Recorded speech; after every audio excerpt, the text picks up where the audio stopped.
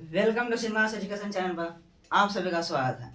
जो कि हमने पिछले क्लास में प्रकाश का परावर्तन समाप्त हो चुका।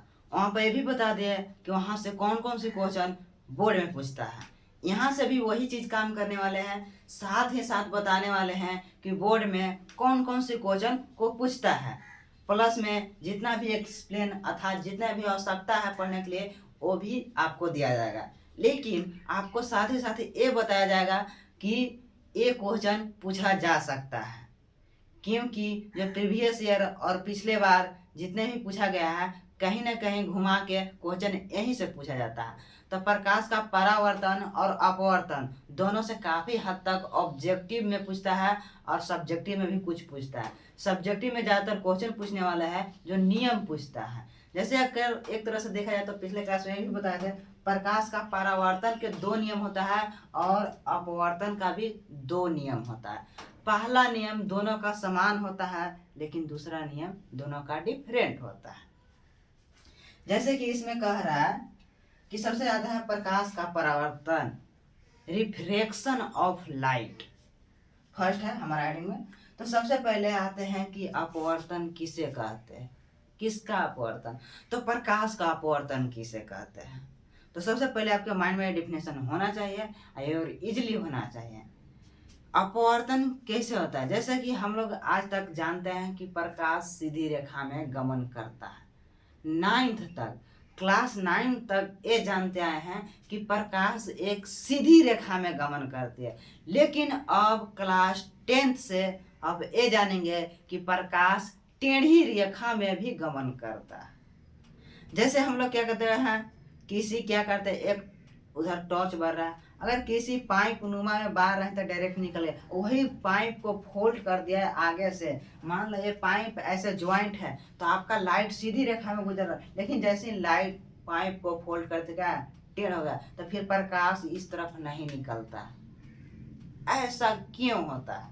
लेकिन हम लोग यहाँ तक जानते हैं 9 तक कि प्रकाश सीधी रेखा में गमन करते हैं, लेकिन क्लास 10 से अब ये नहीं जानेंगे कि प्रकाश सीधी रेखा में गमन करती है। प्रकाश टेढ़ी रेखा में भी गमन करती है, उसके ऊपर डिपेंड है कि आपका कैसा माध्यम है। तो यही जानने वाले हैं। तो आइए सबसे पहले क्या कह रहा है, प्रकाश के एक माध्यम से दूसरे माध्यम में प्रवेश करने पर उनकी दिशा में होने वाली परिवर्तन को प्रकाश का अपवर्तन है।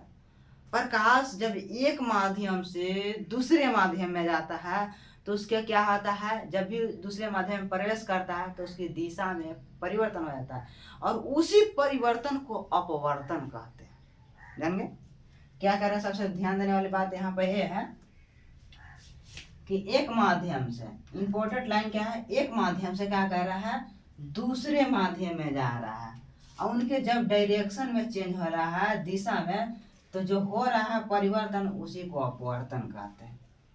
कोई बात नहीं, दो ही वर्ड याद रखना है, एक माध्यम से दूसरे माध्यम, उसके बाद क्या, उसके दिशा में, दिशा कहने का अर्थ है जिस रास्ते आप चल रहे हैं उस रास्ते से भटक जाना, तो उसके दिशा में परिवर्तन होना, उसी परिवर्तन को क्या कहते हैं, अपवर्तन कहते हैं। डिफिनेशन को रटना नहीं है, डायरेक्टली क्या कहता है, समझना है। ठीक है, अब आगे जिस प्रकार परावर्तन के दो नियम होते हैं उसी प्रकार अपवर्तन के भी दो नियम होते हैं। ठीक है, अपवर्तन के दो नियम होते हैं, पहला नियम दूसरा नियम जानेंगे, बाकी ये दो जो ग्राफ दिख रहा है ये समझ गए तो आपका अपवर्तन क्लियर हो जाएगा। ठीक है, तो प्रकाश के सॉरी परावर्तन के दो नियम होते हैं। तो पहला नियम क्या कहता है कि आपतित किरण और अपवर्तित किरण एवं आपतन बिंदु तीनों एक ही सतह या तीनों एक ही बिंदु पर होता है, उसी का नाम क्या कहते हैं, प्रकाश का अपवर्तन का पहला नियम कहते हैं। लेकिन हम लोग परावर्तन में क्या देख रहे थे, एक बात गौर करिएगा, जब हमारा ये परिवर्तन हो रहा था, ये हमारा अपवर्तन है, इसका बात को भी गौर दे, हम बताने जा रहे हैं अभी परावर्तन वाला थोड़ा सा। ये हमारा अभिलंब होता था और प्रकाश आ रहा था इसी माध्यम और इसी माध्यम में लौट जा रहा था, लेकिन इसमें वैसा नहीं है।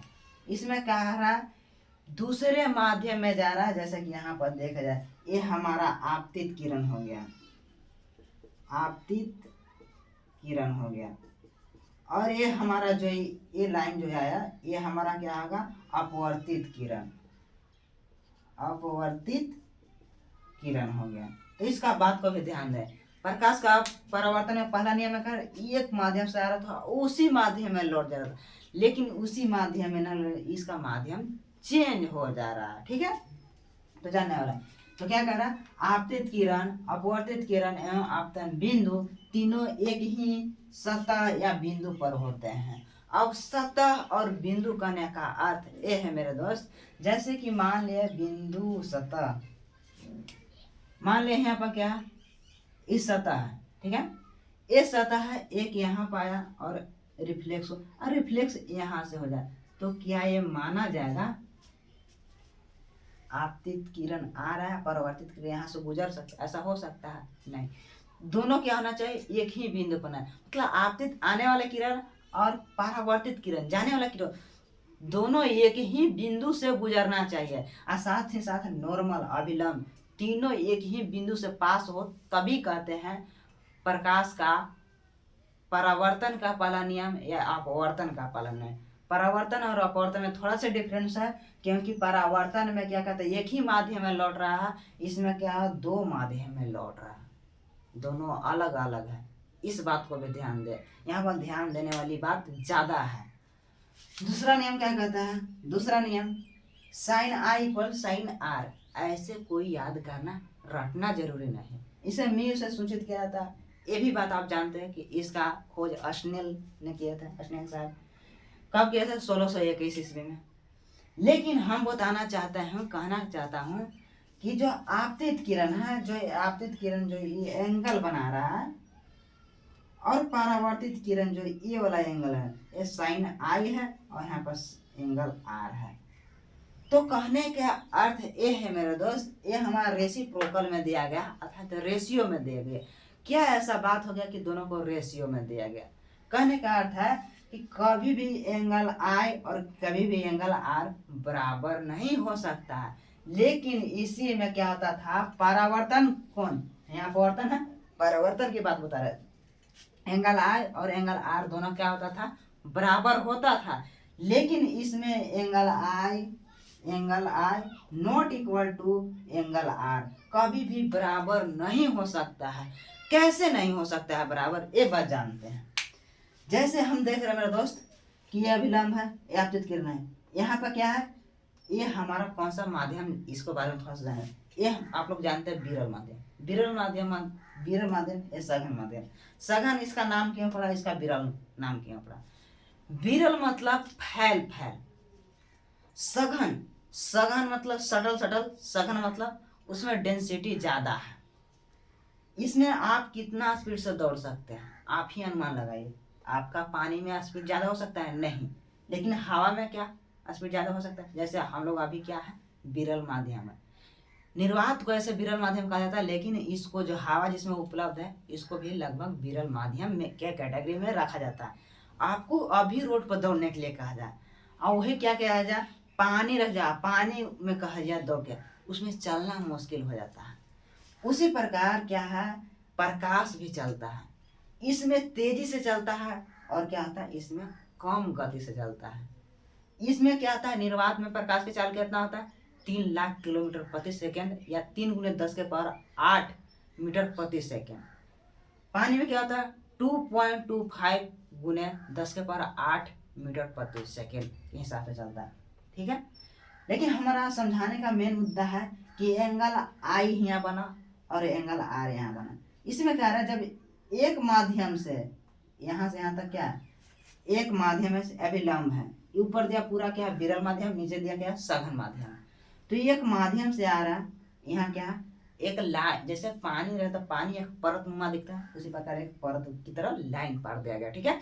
जब लाइन पार दिया तो इस प्रकाश को क्या जानते हैं हम लोग, 9 तक क्या जानते आए हैं कि प्रकाश सीधी रेखा में गमन करता है। सीधी करने का तो जब प्रकाश आ रहा है तो इसको सोझे जाना चाहिए, यहाँ तक रेड से दिखा रहे हैं, यहाँ के बाद ब्लैक से दिखाया गया, या क्या है इसको सोझे जाना चाहिए, मतलब इसके तरफ जाना चाहिए। लेकिन क्या हो रहा है, रेड से आ रहा है, रेड वाला लाइन क्या है मुड़ जा रहा है, मुड़ जा, ऐसा क्या हुआ कि टेढ़ी रेखा में, अर्थात इसका क्या होगा, माध्यम क्या होगा टेढ़ी लाइन में गुजरने लगा, लेकिन प्रकाश क्या सीधी रेखा में गमन करता था।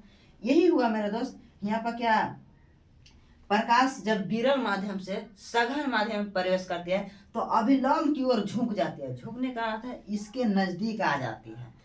तो क्या है, आप अनुमान लगा सकते हैं कि एंगल आई है, ए वाला आ बाड़ा है, एंगल बन रहा है, इधर आके झुक जा रहा है, तो कभी भी बराबर हो सकता है। जैसे देखा जाए कि हमारा साइन साइन आई है, साइन आर है, कहने का अर्थ है कि दोनों में साइन ही लगा हुआ, केवल एंगल चेंज है।